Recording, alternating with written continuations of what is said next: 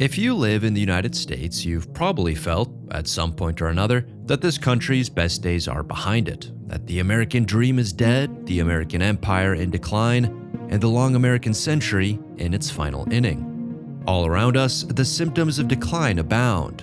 Productivity growth has slowed, birth rates have fallen, and national debt has soared well past GDP. So, how did we get here? According to the book The Rise and Fall of American Growth, it all began much earlier than most people think, before the pandemic, the housing crash, or trickle-down economics, around the year 1970. The author claims that the rate of technological progress was roughly 3 times higher in the 50-year period before 1970 than that which followed. Not only that, he lays out why the American economy will never grow that fast again. Today, I want to use his book as a starting point to answer the following questions. How did America grow so fast in the 100-year period ending in 1970? Why did it stop growing so fast after 1970? And why is this trend seemingly irreversible?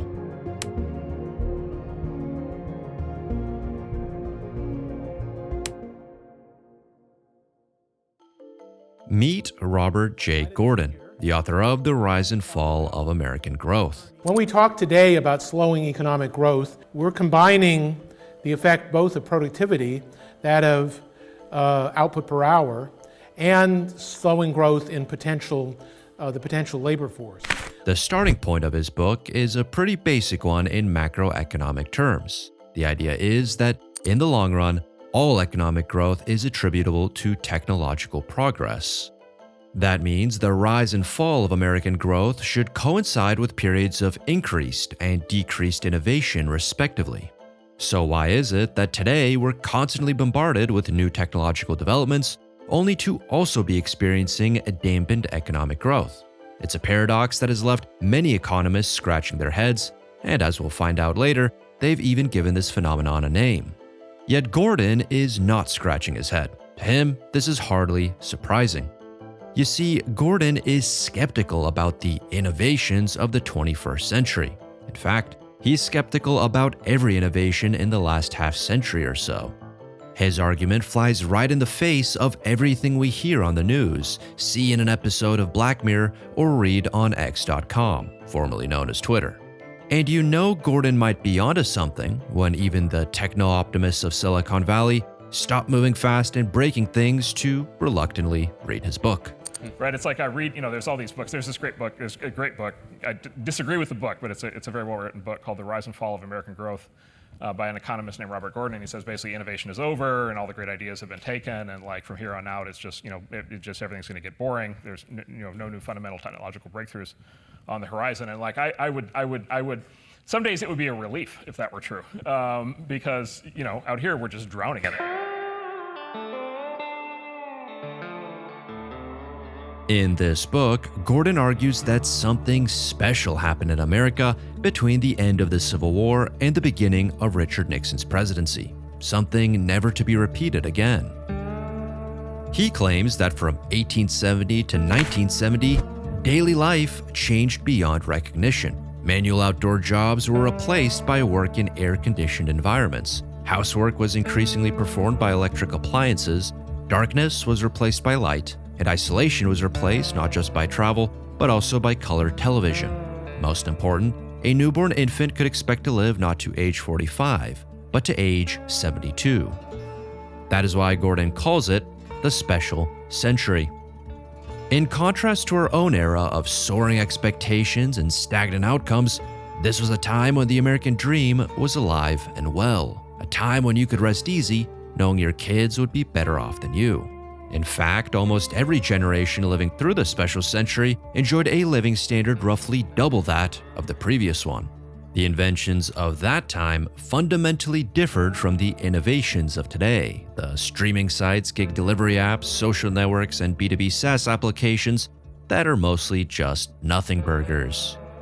I mean, sure, we might get some convenience out of these things, but are they going to increase life expectancy, reduce work hours, or make things more affordable? For the most part, no. So, how exactly was all of this achieved during the special century? If you think the answer lies in the Industrial Revolution, you're on the right track, no pun intended, but we can get more specific than that. In total, there have been 3 industrial revolutions, and it's possible that we're living through a 4th one today. The first one, the one we've all heard of, took place from 1760 to 1840. Originating in Britain, it brought about the steam engine and steamships, railroads and trains, mechanized cotton spinning and weaving, as well as the transition from wood to iron and steel. The second industrial revolution, the one we're more interested in, took place from 1870 to 1914, roughly coinciding with the first half of the special century. In many cases, it was this second industrial revolution that popularized the inventions of the first one. That's especially true of America, since, as I mentioned earlier, the process of industrialization began across the pond in Britain. Perhaps the best example of this is with the railroad system. Despite the fact that the origins of rail transport go all the way back to 1804, there were only 50,000 miles of track laid in the US by 1870. Fast forward to 1916 though, and the country hit its all-time peak at 254,000 miles, which has gone unsurpassed ever since due to the adoption of cars. That means 4/5 of American railroads were built during the second industrial revolution. The figures on steelmaking tell a similar story. Patented in 1855, the Bessemer process enabled the mass production of this iron-carbon alloy. Since the process was belatedly introduced to America, the US had only produced 1.25 million tons of steel by 1880. Fast forward to the year 1900 though, and this figure shot up to 10 million tons, and even further to 24 million by 1910. The flood of affordable steel was critical for laying all those railroad tracks I mentioned earlier, and it facilitated the development of an industrialized urban society. The period from 1870 to 1914 also saw the expansion of the telegraph system, the gas, water, and oil supply, as well as the sewage system.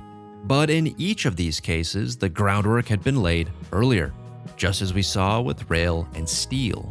Samuel Morse had sent the first long-distance telegram in 1844, the first public gasworks had been built around 1813, oil drilling and refining had begun in 1859, and piped water, as well as underground sewers, had already appeared in the early 1800s, to say nothing of the running water flowing through ancient Rome.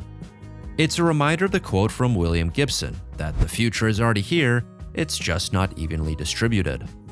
That said, the second industrial revolution didn't just piggyback off the first one, it also introduced a whole slew of inventions in its own right.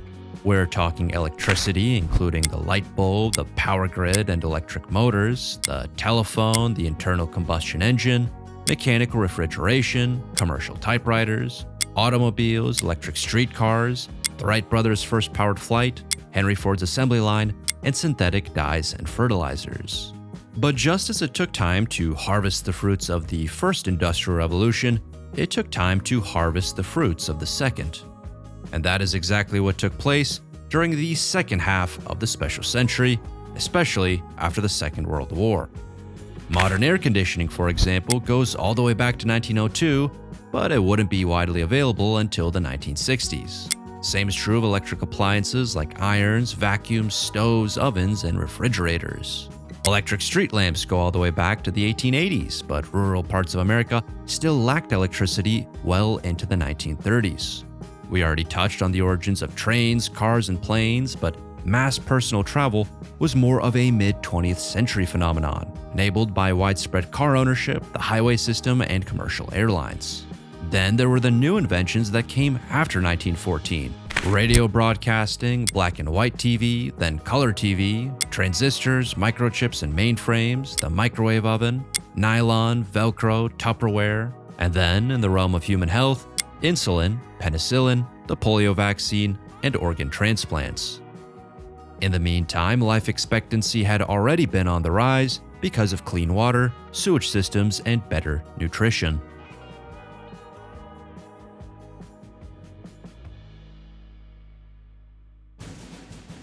One thing to note is that many of these inventions trace their origin or propagation to the major conflicts of this era.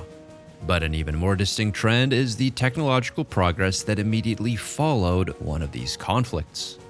The special century as a whole followed on the heels of the most destructive conflict in American history, that is, the Civil War.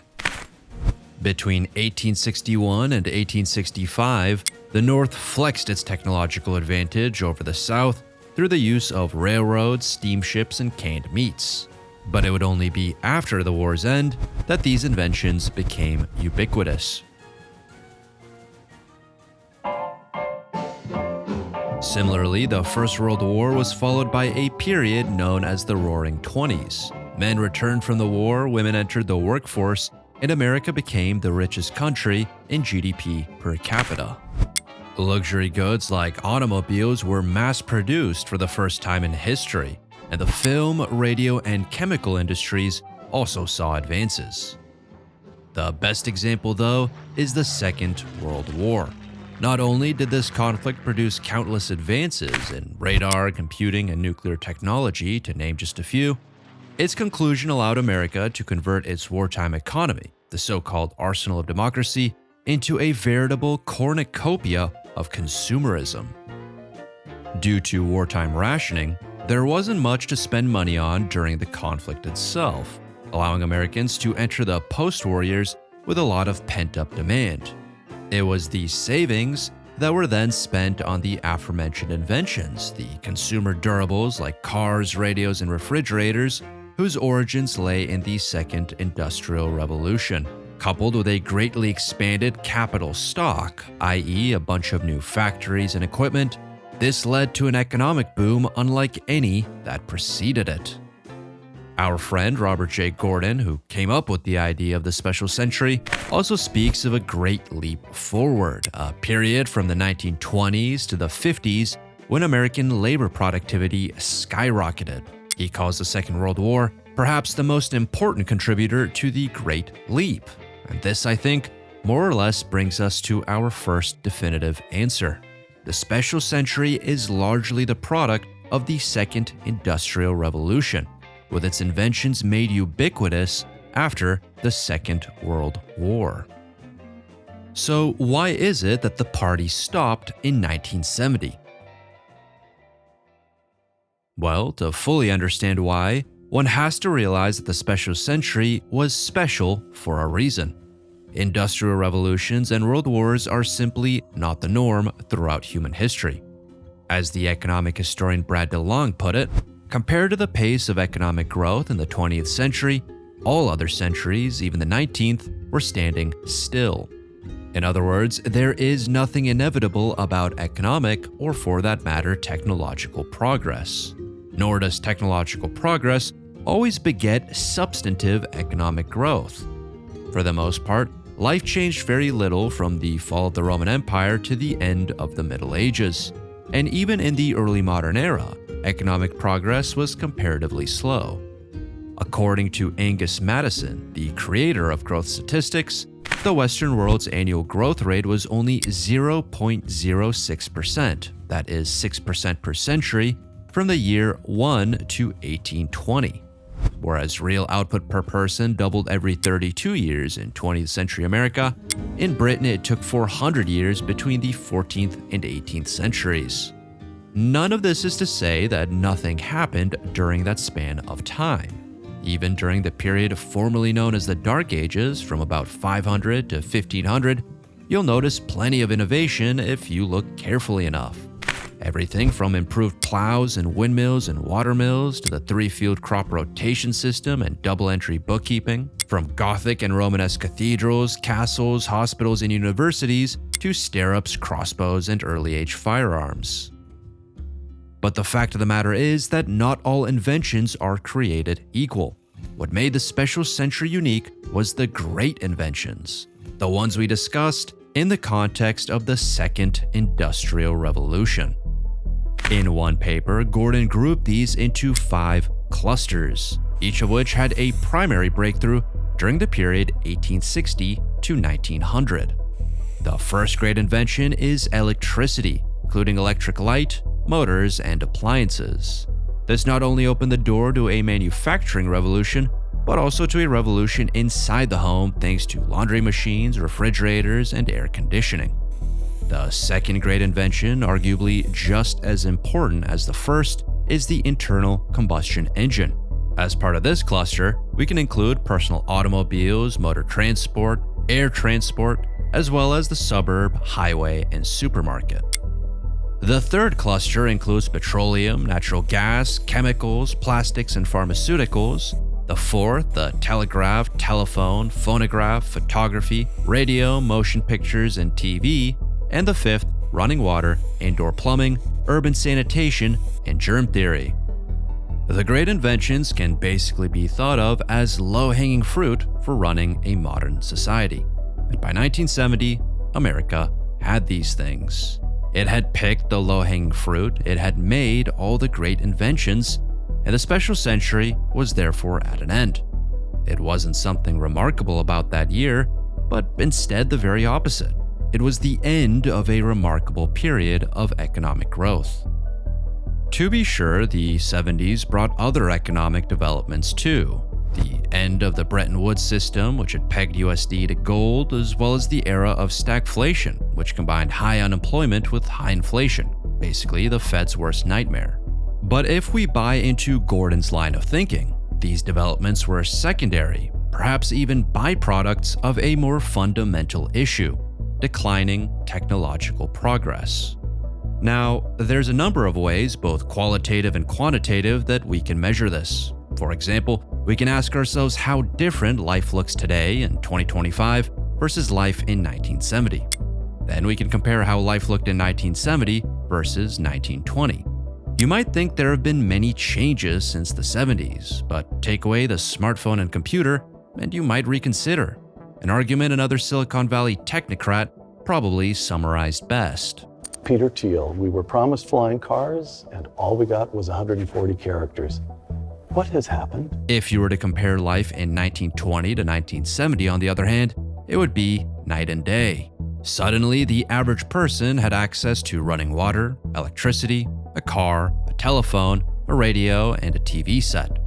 All sorts of appliances and amenities were at their disposal. The nature of life, work, and leisure fundamentally changed, and far more people had working office jobs, with far fewer working in factories or farms.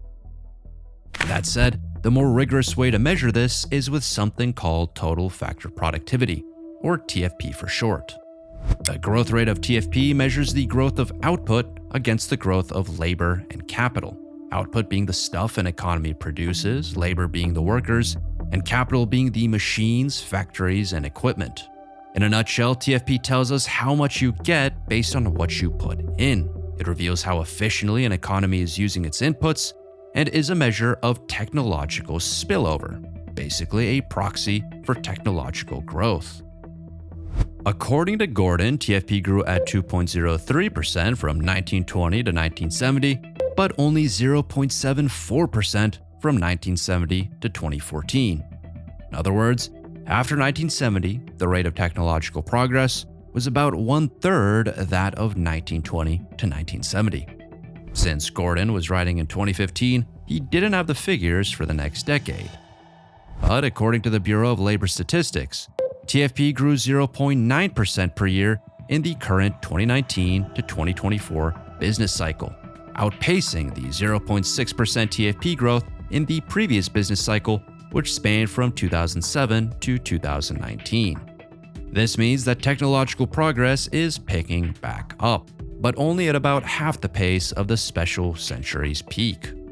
To understand why, we need to talk about the nature of the third and fourth industrial revolutions, because yes, those did or are taking place today. The third industrial or digital revolution is what made this video possible. And no, that's not the start of an ad read, but simply a fact. Beginning with the transistor in 1957, it led to the personal computer in the 70s, the World Wide Web in the 90s, and the smartphone in the 2000s. Gordon's disappointment with the digital revolution is in fact nothing new. As early as 1987, the growth expert Robert Solow lamented that you can see the computer age everywhere, but in the productivity statistics. When productivity growth suddenly resumed in the 90s, Solow had cause to recant his statement, and America briefly experienced a balanced budget. This was occasioned not by any fiscal or monetary policy, but by the linkage, no pun intended, of the computer and internet revolutions. Now, for the first time in history, the world had a commercially available network computer, and because of Moore's Law, not actually a law but an observation about the doubling of processing power every 2 years, soon the world would have a pocket-sized version in the form of the iPhone. Despite this, the productivity growth slowdown continued after the 90s, and today economists refer to this puzzle as the productivity paradox. The paradox follows from the observation that while computing capacity has skyrocketed, the growth of labor productivity, i.e. output per worker, has slowed down. Meaning that for all our gizmos and gadgets, we don't have a lot to show for them. At this point, some consider the digital revolution to have run its course, while others think it's still going on. Gordon falls into the first camp. His contention is that the digital revolution has been priced in. In fact, he's been saying that for over a decade, and intuitively, his argument makes a lot of sense. Since things tend to happen faster in the world of bits versus atoms, it would naturally follow that the fruits of the digital revolution could be harvested more quickly. When it came to the hardware, power grids and telephone lines had already been set up, so getting Americans computers, smartphones, and internet access was that much easier. Manufacturing techniques had been perfected and honed since the days of the Ford assembly line and could now be offshored to maximize profits in a globalized world. When it came to the digital innovations themselves, say word processors and spreadsheets, the adoption of those was a matter of minutes. And the same is true of any app, desktop or mobile, that we're asked to download today. But ask yourself what all of this has yielded, and you may come to the same conclusion as Gordon. As he writes in his book, economic growth since 1970 has been simultaneously dazzling and disappointing.